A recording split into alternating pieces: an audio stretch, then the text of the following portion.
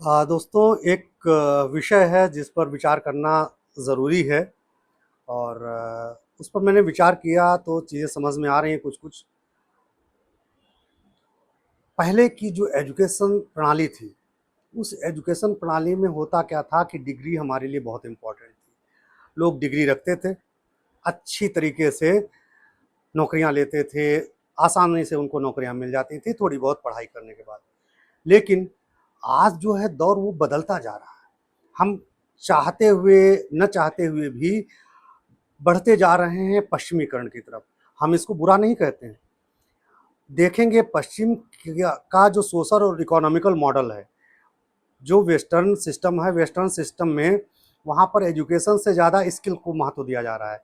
आज वही इफ़ेक्ट हमको अपने देश में, अपनी इकोनॉमी में नज़र आ रहा है।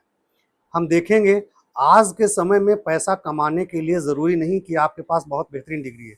आज के समय में ख़ासकर आप देखेंगे 2020 के बाद से जो दौर आता है, 2020 के बाद का जो दशक है या दौर है, उसमें एजुकेशन से ज़्यादा स्किल इम्पोर्टेंट हो गई है।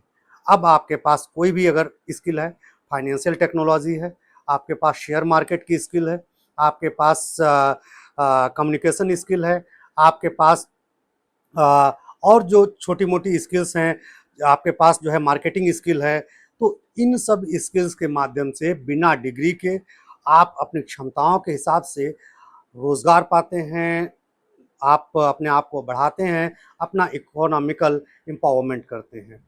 तो कहने का मतलब ये है कि आज का जो पैटर्न रहा, आज से 10 साल पहले, 5 साल पहले जो पैटर्न था, उसमें बहुत बदलाव आया है। अब कभी-कभी तो मुझे भी लगता है कि नहीं यार, अब जो सिस्टम बन गया है, आने वाले समय में अगर मैं देखता हूँ 2035-40 के बाद का जो दौर रहेगा, तो वहाँ हमको लग रहा है कि हम लोगों के जो बच्चे होंगे, आगे वाली जो जनरेशन होगी, वो बहुत ज़्यादा फ़ोकस नहीं करेगी पढ़ाई पर।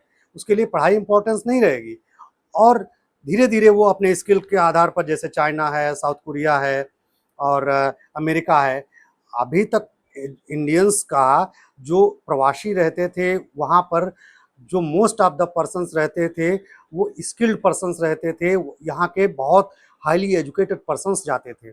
अब यहाँ भी चूँकि इंडियन इकोनॉमी में भी, इंडियन स्ट्रक्चर में भी ऐसी चीज़ें डाउन हो रही हैं, तो मुझे लग रहा है आने वाले 2035 और 45 और 47 का जो दौर होगा, वो हो सकता है कि डिग्रियाँ महज़ एक सर्टिफ़िकेट या कागज़ के रूप में हों, उनका बहुत इम्पोर्टेंस आपके रोज़गार के लिए, आपकी आजीविका